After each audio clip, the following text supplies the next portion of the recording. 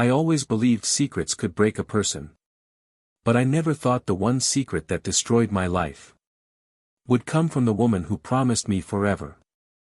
It started on a cold night when she whispered, "I love you," and left our home at 1 a.m. thinking I was asleep.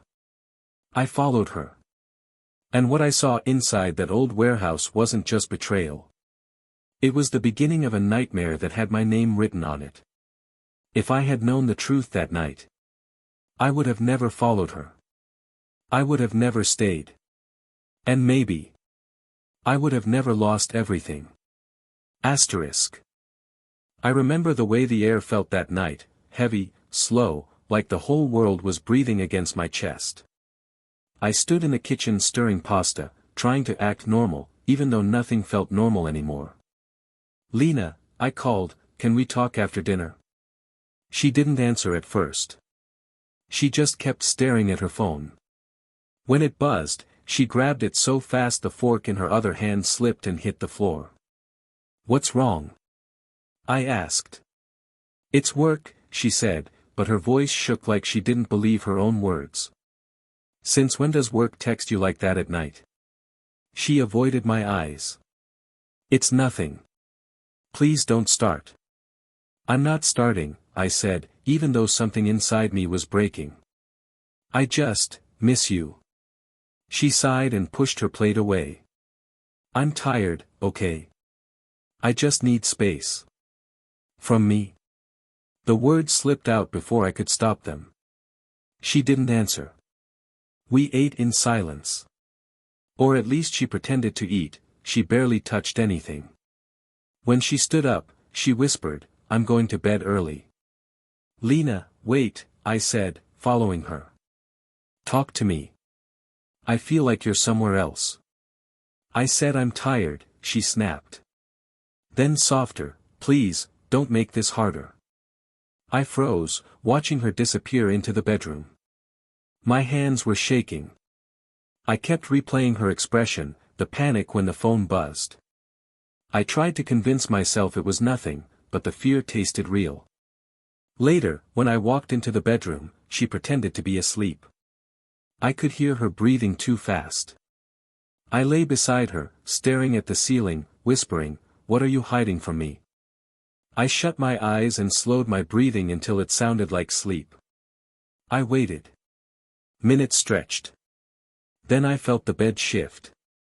Lena moved slowly, carefully, like she was afraid to wake me. She grabbed her coat, her phone, her small black bag, the one she never used. My heart pounded in my throat. I stayed still as she tiptoed to the door and quietly unlocked it. When it clicked shut, I opened my eyes. "This isn't nothing," I whispered. I got up, grabbed my hoodie, and followed her outside. The hallway was dim, only one bulb flickering. As I reached the stairwell, I almost bumped into someone. Callum, my neighbor, stepped out of his apartment holding a trash bag. "Mate? You're heading out late." "Yeah," I said quickly. "Just, couldn't sleep." He studied my face for a second. "Everything all right?" "Yeah," I lied. "Good night, Callum." He nodded, though he clearly didn't believe me, and walked the other way. When I stepped outside, the cold hit me like a warning. I spotted Lena already half a block away, walking fast. Too fast. She kept looking over her shoulder. I followed from a distance, trying not to be seen. My heart thudded with each step. "Where are you going at 1 a.m.? I whispered. The street was quiet, just the distant hum of traffic. She crossed the road, heading toward the older part of the neighborhood. I felt a chill crawl up my spine. I had never seen her walk this way. She stopped once, checking her phone. Whatever she read made her flinch. I hid behind a parked car. "Please don't let this be what I think it is," I murmured. She kept going, turning into a narrow side street. The farther we walked, the darker it got. I could barely breathe. Every part of me wanted to run after her, grab her, ask her why she was doing this, but I didn't. I just followed, terrified of the truth. When she finally stopped in front of an old building, I froze. It looked abandoned, windows boarded, walls covered in graffiti. A single red door stood under a flickering light. "What is this place?" I breathed. She looked around once, then went inside. I felt my chest tighten. I took a shaky step forward, then another, until I reached the red door. My hand hovered over it, trembling. "Lena, what are you hiding?" I pressed my ear to the door and heard muffled voices. One was Lena's, soft but shaking. The other was a man's voice I didn't know. My stomach twisted as I caught a few broken words.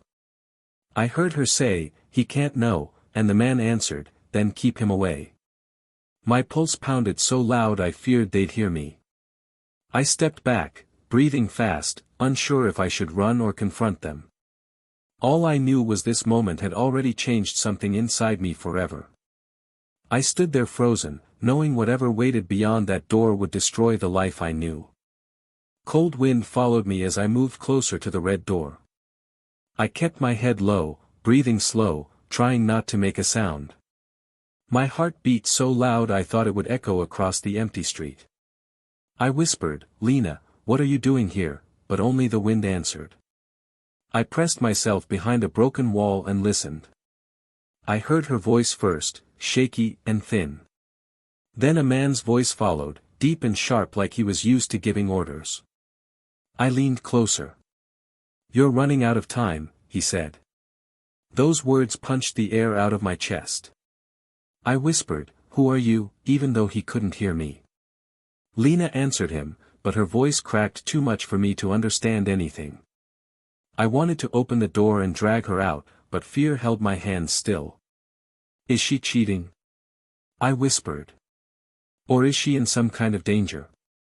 My mind spun between the two, and neither answer felt survivable. I heard the man curse under his breath. Lena said, "I just need more time." My heart dropped. More time for what? When the door creaked open, I jumped back behind the wall. Lena stepped out, pale and shaking, holding her phone like it was the only thing keeping her together. She looked around fast. I held my breath, praying she wouldn't see me. After a long second, she walked away, her steps unsteady. I followed from far behind until we reached our street. I slipped inside the building first, climbing the stairs two at a time. When I reached my door, I leaned against it, forcing my heartbeat to slow. "Pretend you never left," I told myself. I walked to the kitchen, poured a glass of water, and sat at the table like I had been awake the whole time. Minutes later, the door clicked open. "Lena?" I asked. "You're back early." She stared at me like she had seen a ghost. "You're awake." "Couldn't sleep," I said. "Where'd you go?" "I told you, work." Her voice trembled. "Work doesn't meet in abandoned warehouses at 1 in the morning." She froze. "What did you say?" I said, I repeated slowly, "Where were you?" She rubbed her forehead. "Please don't do this tonight." "I'm already doing it," I said. "Talk to me." "There's nothing to talk about." "You're lying." "Stop." "Then tell me the truth." She shook her head and walked past me toward the bedroom. I followed but stopped at the doorway when she said, "I'm tired." "Please."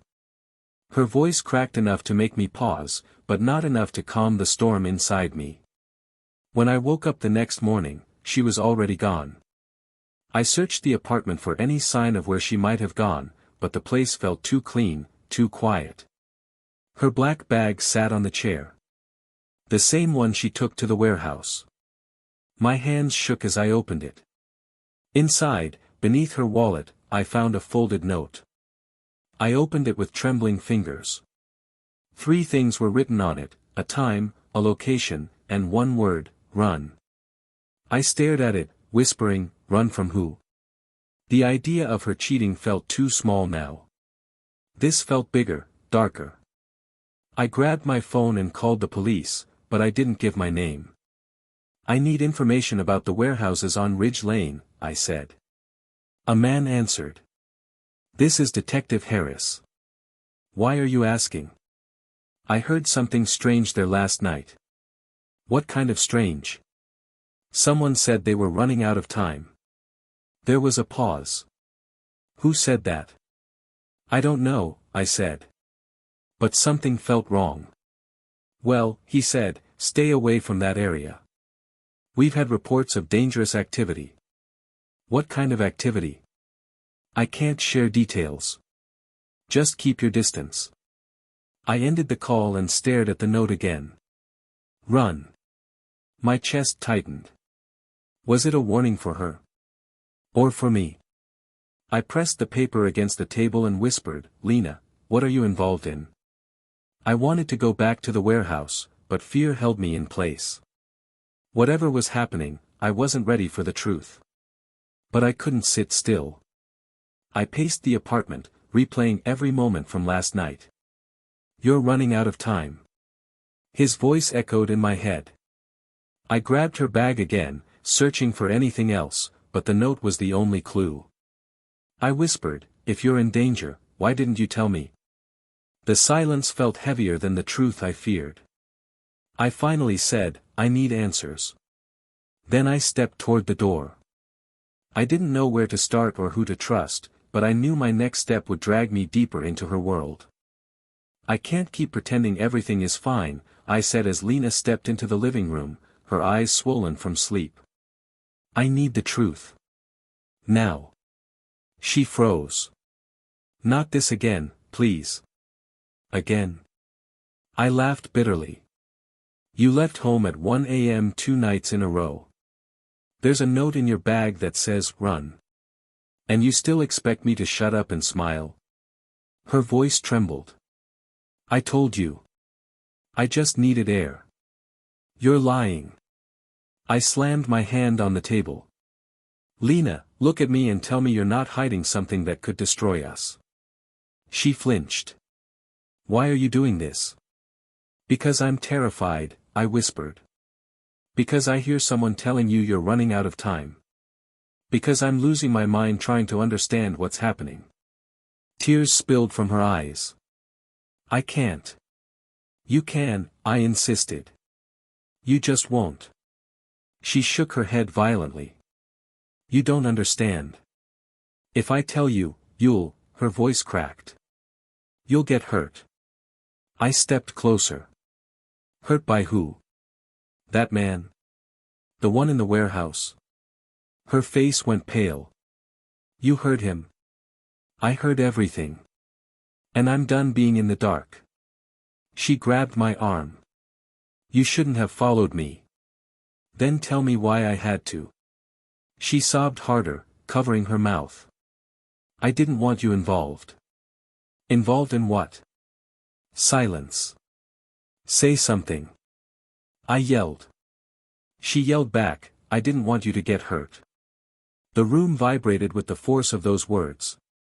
For a second, neither of us moved. Hurt by what? I asked again, softer. I can't, she whispered. If I tell you, everything will explode. It already has, I said. Look at us. She collapsed onto the couch, shaking. Please, stop asking. That was the moment something inside me snapped, not anger, not fear, something darker. Fine, I said coldly. If you won't talk, I'll find the truth myself. Her eyes widened. What do you mean? I'm going back. No. She grabbed my wrist. You can't go there. I already did once, I said, pulling away. This time, I'm not leaving empty-handed. Please, she begged, voice breaking. Please don't go. But I was already walking toward the door. The warehouse district felt even colder the second time. My breath fogged the air as I pushed through the broken gate and stepped toward the building with the red door. The metal creaked loudly as I slipped inside. The smell hit first, dust, metal, something burned. Then I saw them. Photos. Pinned on the walls. Clipped on wires. Scattered across a table. Photos of Lena. Photos of me. Photos of us together at home, at the grocery store, laughing in our kitchen. My stomach twisted violently. What the hell? Someone had been watching us for months. I grabbed a photo of me leaving my office. Who did this? Footsteps echoed behind me. I spun around. A man stood in the doorway, hands in his pockets, wearing a calm smile, one that made my skin crawl. You shouldn't be here, he said. My voice barely came out. Who are you? He stepped forward slowly. Adrian. Adrian Kane. The name meant nothing, but the way he said it made my chest tighten. You were with her, I said. You told her she was running out of time. He tilted his head. And she is. What do you want from her? From us? He walked past me, inspecting the photos I had disturbed. Lena should have stayed away from me. She knows that. But she didn't. And now she's drowning in something she can't escape. What is she involved in? I demanded. Something older than you, bigger than you, and far more dangerous than your marriage troubles. Tell me. He laughed softly. No. I clenched my fists. Then why warn her? Why warn me? He turned, eyes sharp and cold. Because I'm not the one who wants you dead. But if you stay with her, you will die. Before midnight tomorrow. From who? I stepped closer. Tell me who's after her. He didn't answer. Instead, he looked past me. A woman had appeared behind him, tall, sharp-featured, hair tied tightly back. Her expression was carved out of stone. She stared at me like I wasn't human. Who is she? I asked. Adrian smiled. Mira. She sees everything. She remembers everything. And she's very unhappy you touched our wall. Myra's voice was quiet but deadly. He's not supposed to be here. I know, Adrian replied, still staring at me. But he won't be here much longer. I swallowed hard. Why are you doing this to us? To us? Adrian repeated, amused. No, my friend. This isn't about you. It never was. Then why? Because Lena made choices, he said simply. And you're standing in the consequences. My voice cracked. Where is she in danger? Adrian leaned close, his breath cold against my ear. Everywhere. I stepped back. I'm not leaving her. His smile faded. Then pray. Mira touched his shoulder. Time's up. Adrian stopped at the doorway. Leave her. Before midnight tomorrow. That's the only mercy she'll ever get. And then they were gone. I stood alone, surrounded by photos of a life I suddenly didn't recognize. For the first time, I wondered if I had ever truly known the woman I married.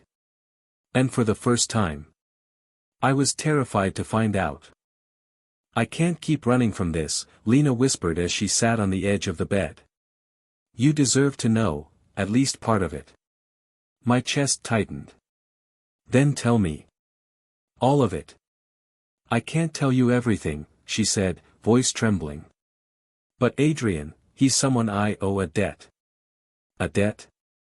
I stepped closer. What kind of debt requires midnight threats and men hiding in warehouses watching our lives? She wiped her tears. The kind you never walk away from. I shook my head. Lena, this isn't normal. You have to trust me. I'm trying, she sobbed. But Adrian isn't like other people. When he wants something, he takes it. What does he want now? Her lips quivered. He wants what I took from him. What did you take? She hesitated. Myself. I exhaled shakily. So he was someone from your past. Someone you What? Dated? Loved? Escaped? I didn't love him, she said quickly. But he thought I did. Did you save his life? I asked. She froze. Adrian mentioned consequences, I said. So did you. What did you do? I made a choice, she whispered. A long time ago, Adrian was dying. Old Dr. Rowan kept him alive. And I helped. I stayed with Adrian until he recovered. He thought it meant something. But the moment he was strong enough, I left. And he didn't take it well. He said I owed him. Said leaving him meant betraying him. So now he's hurting us because you walked away. She nodded weakly. He blames you for taking me. I felt something cold crawl up my spine. I didn't take you. You chose me. That doesn't matter to him. I rubbed my face. This is madness. She grabbed my hands. Please trust me. Please. Before I could answer, my phone vibrated on the table. Unknown number. One message. You should have listened. My heart dropped. Lena. She covered her mouth. Oh God. The lights flickered. Then everything went black. Stay close, I whispered, reaching for her arm. I'm scared, she breathed. Footsteps echoed in the hallway outside our bedroom. Someone's inside, I whispered. No, no, no, she clutched my shirt, trembling. I stepped back with her into the shadows of the room, my heart hammering. The footsteps grew louder, slow, deliberate, dragging. Who's there? I tried to sound steady, but my voice cracked. No answer. Just breathing, deep, uneven breathing. The floorboards creaked. Lena squeezed my hand. We should hide. We crouched beside the dresser, pressed against each other, barely breathing. Something brushed against the bedroom door. Then. A fist slammed into it. The door shook violently. Please don't let it be him, Lena whispered. Another hit. Then another. The wood began to crack. Lena, I whispered, if it's Adrian. Don't say his name, she begged. The door burst open. We both flinched. A figure stumbled inside and collapsed to the floor. Wait, I whispered. He's not attacking. I crept forward slowly. Who are you? I asked the figure. The person groaned, lifting his head just enough for the dim light from the window to catch his face. Callum. I gasped. What the hell? He winced. Lock the door.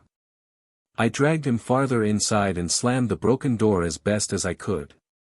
Lena knelt beside him. Callum, what happened? He coughed, blood staining his shirt. He came after me. Who? I asked, even though I already knew. Adrian, Callum whispered. He was waiting outside my place. Said I'd seen something I wasn't supposed to.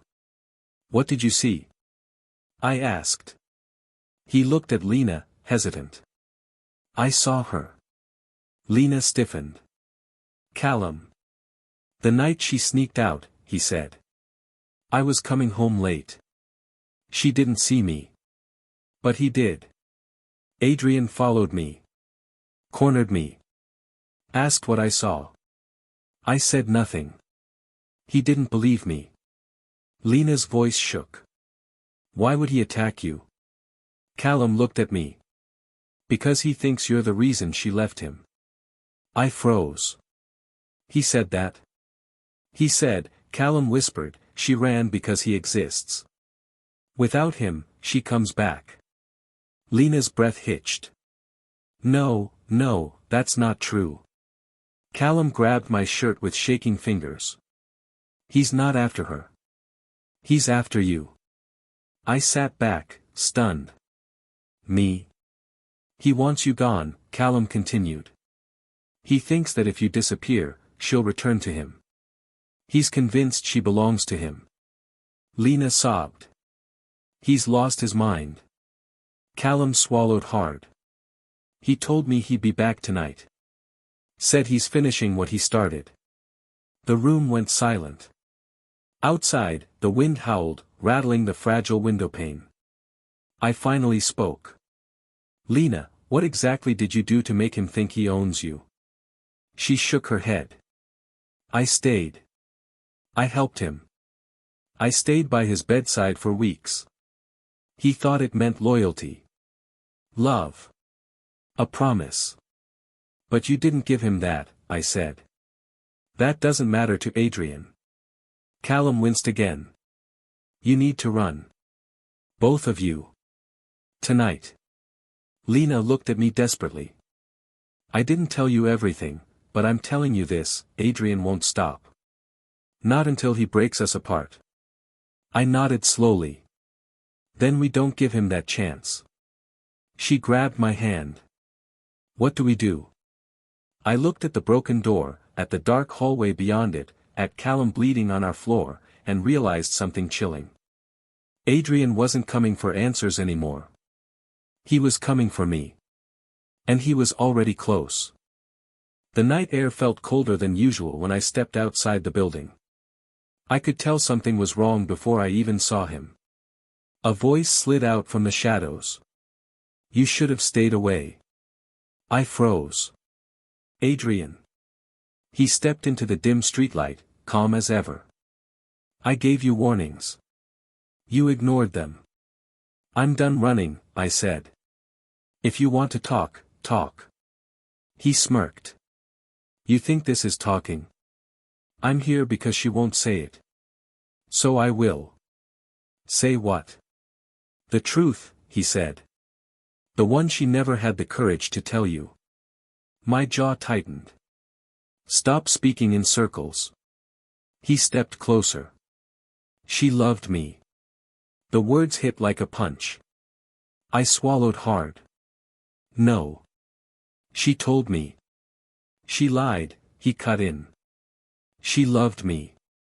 And I never stopped loving her. Why are you telling me this now? Because you need to understand, he said. You didn't win her. You stole her. I didn't steal anything, I snapped. She left you because she didn't want you.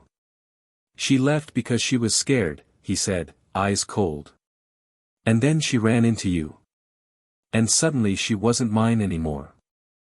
I exhaled shakily. She isn't something you own. You're wrong, he said. She was mine long before she was yours. My fist clenched. You don't get to rewrite her life. You think she didn't choose me, he said softly. Ask her. Ask her why she came back to see me when I returned to town. My heart stopped. What are you talking about? His smile sharpened. She didn't tell you about that, did she? Before I could respond, I heard footsteps behind me. Stop, Lena said, breathless. Don't listen to him. I turned. Lena, is it true? She froze. I came here to protect you, not to discuss the past. Is it true? I repeated. She shut her eyes. Yes. I met him. Weeks ago. My stomach twisted. Why didn't you tell me? I didn't cheat, she cried. I swear. I didn't want to hurt you. Then what did you talk about? Nothing that matters anymore, she whispered. Adrian laughed. Nothing. That's what you call secrets now. Shut up, she snapped. I looked at her, every memory suddenly trembling. Lena, you told me everything between you two was in the past. It is, she said. I was scared. He showed up at my workplace. I panicked. I shouldn't have met him, but I did. I just didn't want to drag you into it. You dragged me in the moment you lied, I whispered. Her eyes filled. I thought hiding it would keep you safe. I shook my head. You didn't hide danger. You hid the truth. Adrian stepped closer. She never stopped loving me. That's why she came. That's a lie, Lena cried. I didn't come for you. I came because you threatened me. You came because you care, he said. No, she hissed. Not anymore. I took a deep breath. Adrian, you're done. He tilted his head. You think you're winning? Then a voice called out behind him. Actually, Callum said, limping into view, I think he is. Adrian turned sharply. You again. Callum held up his phone. I recorded everything. Your threats. Your attack on me.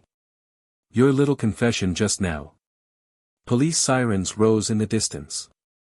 Adrian's expression cracked. You think this will stop me? It already has, Callum said. 2 police cars skidded to a stop. Officers stepped out fast, weapons drawn. Adrian Kane, one of them commanded, hands where we can see them. Adrian stared at me, fury sharpening every line of his face. This isn't over. It is, I said quietly. For me, it's over. He lunged, but officers tackled him, pinning him to the ground. Lena grabbed my arm, trembling. Please, she whispered, don't let him pull us apart. I stared at her, heartbreaking. Lena, he didn't destroy us. She shook her head, tears falling.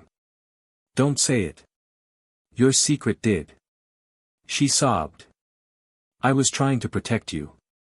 No, I said. You were trying to protect the version of us where nothing hurts. But real love needs truth. Not half of it. Not pieces. All of it. I messed up, she whispered. But I love you. I believe you, I said softly. But love isn't the problem. What is, then, she asked. I looked into her eyes, eyes I once trusted without question. I don't know how to unhear what I heard. Or unsee what you hid. And I can't pretend everything's fine because you say it is. Please, she begged. Don't leave. I'm not leaving because of him, I said. I'm leaving because I can't live with a love built on fear and secrets. She broke down completely. I'm sorry. I'm so sorry. I stepped back. I know. Callum watched quietly from beside the police car. You okay? He asked. No, I whispered. But I will be. Lena reached out one last time. Just tell me one thing. Will you ever forgive me? I swallowed hard. Maybe. But forgiveness isn't the same as staying. She cried harder. Then what do you want? I walked past her slowly, each step heavier than the last. I want peace, I said. She called my name, voice shattering, but I didn't look back. For the first time in weeks, I finally breathed. And as I left the street, I whispered to myself. He didn't destroy us. Your secret did.